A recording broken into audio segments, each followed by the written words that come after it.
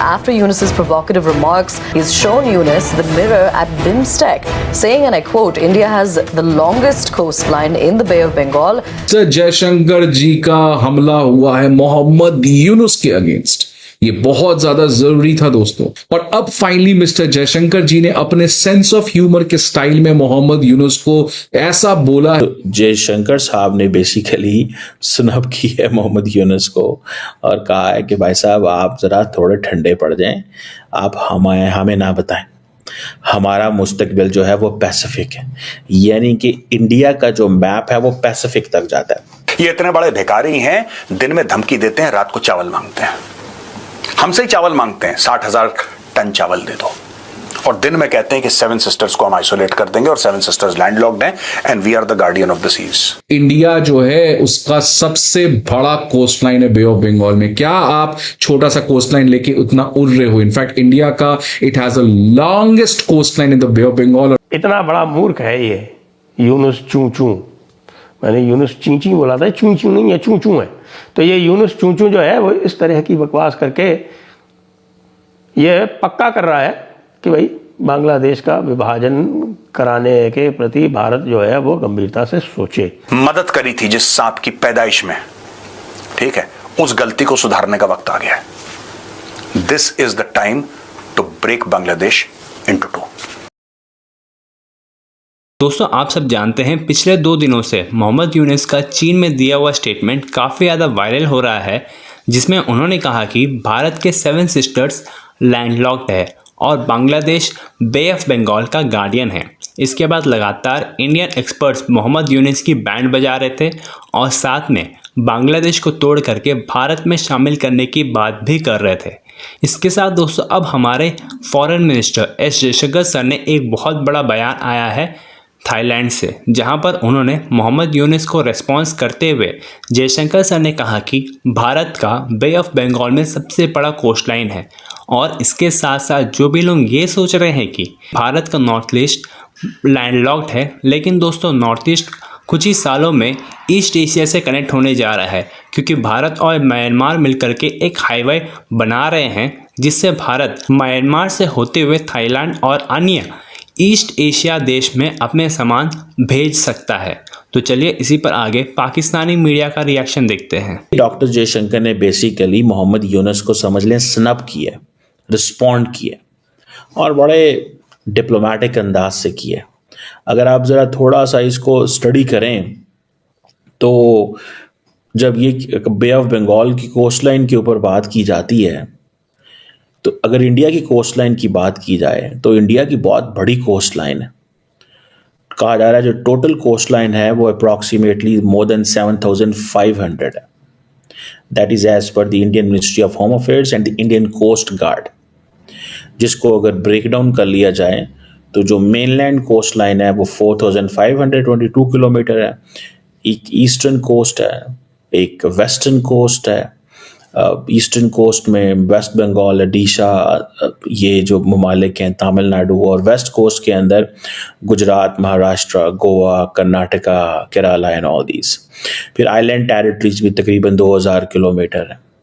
और फिर अगर आप जाएं अंडमान एंड निकोबार आइलैंड जो है, जो बे ऑफ बंगाल में है, वो भी कोई तकरीबन 2,000 किलोमीटर है। फिर लक्षद्वीप आइलैंड में चले जाएं अरेबियन सी के अंदर, दैट इज़ अनदर 132 किलोमीटर। सो ये इंडिया की बड़े लंबी चौड़ी कोस्ट लाइन है। सो इंडिया बहुत फैला हुआ है एज कम्पेयर टू बांग्लादेश, जिसकी टोटल कोस्ट लाइन 600 किलोमीटर है, 580 kilometre in the Bay of Bengal. और these are estimates, these are numbers that come from World Bank and जो बांग्लादेश की जो गवर्नमेंट है वो ये देती है।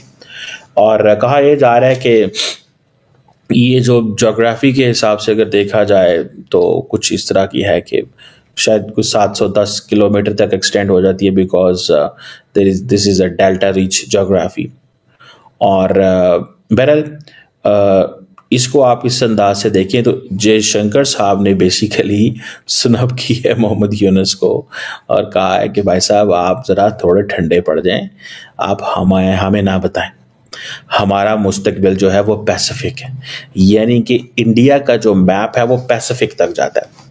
अब फॉर एग्जांपल अगर आप सिर्फ यही देख लें अगर आप सिर्फ यही थोड़ा समझ लें कि India for example India connect करता है फॉर इंस्टेंस म्यांमार के साथ, आगे इंडिया जब म्यांमार से कनेक्ट किया तो आप तो साउथ ईस्ट एशिया पहुंच गए ना भाई साहब, ठीक है जी, आप तो पहुंच गए।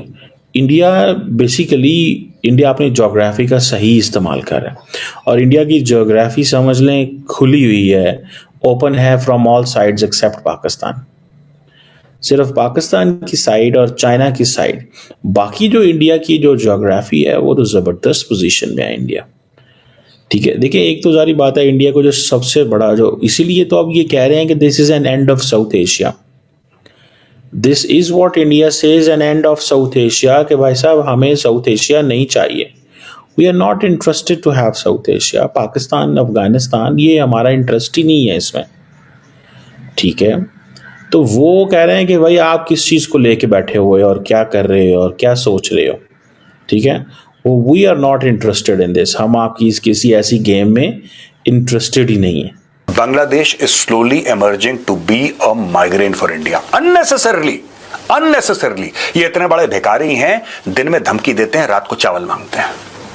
हमसे ही चावल मांगते हैं, 60,000 टन चावल दे दो, और दिन में कहते हैं कि 7 सिस्टर्स को हम आइसोलेट कर देंगे और 7 सिस्टर्स लैंडलॉक्ड हैं and we are the guardian of the seas. दोस्तों वक्त आ गया, India must make up its mind. और मैं कह रहा हूं होगा क्या यार, मुझे अभी तक ये समझ में नहीं आया, मुझे आज तक ये समझ में नहीं आया कि होगा क्या यार। अगर इंडियन आर्मी को यह आदेश दिया जाता है, इंडियन एयरफोर्स को यह आदेश दिया जाता है कि जितने भी उनके एसेट्स हैं, एक तो नेवल ब्लॉकेड करो, वहां पे नेवल ब्लॉकेड करो। और चिटागोंग के पास नेवल ब्लॉकेड हुआ था 1971 वॉर में। दोस्तों आप इतिहास पढ़ना, वहां पे हमारे एयरक्राफ्ट कैरियर से फाइटर जेट्स गए थे जिन्होंने चिटागोंग हिल ट्रैक्ट्स पे बॉम्बिंग करी थी। आप यहां से इनका नेवल ब्लॉकेड करो, किसी का बाप आपको नहीं रोक सकता, आप करो तो एक बार। और वहां से दोस्तों आप जो आपके कोर्स हैं, तीनों कोर्स जो मैंने कल आपको दिखाए थे अपने द चाणक्य डायलॉग्स हिंदी में, आप उन कोर को एक्टिवेट करो। यहां से नेवी ने ब्लॉकेड करा, bomb them and ask your army to walk in. मैं बता रहा हूं ये जितनी भी हेकड़ी है ना, ये 22 किलोमीटर चौड़ी है, चिकन नेक, हम ये कर देंगे वो कर देंगे। दोस्तों आपको नहीं पता, आपको याद नहीं है वो जो अलीगढ़ मुस्लिम यूनिवर्सिटी में एक बंदा यहां से गया था। दोस्तों आपको याद है ना शर्जील इमाम का केस, शर्जील इमाम ने क्या बोला, जिसका अब केस वेस चला उसके ऊपर, काफी दायमा कोर्ट कचहरी हुई उसकी। वो बोल क्या रहा था, उसका स्टेटमेंट क्या था? वो अपने लोगों को यह बोल रहा है कि साहब चिकन नेक में इतना मवाद भरो कि इंडियन आर्मी नॉर्थ ईस्ट ना जा पाए, because there is only one way to go to the north east by land and that is through the chicken neck, और चिकन नेक 22 किलोमीटर चौड़ा है।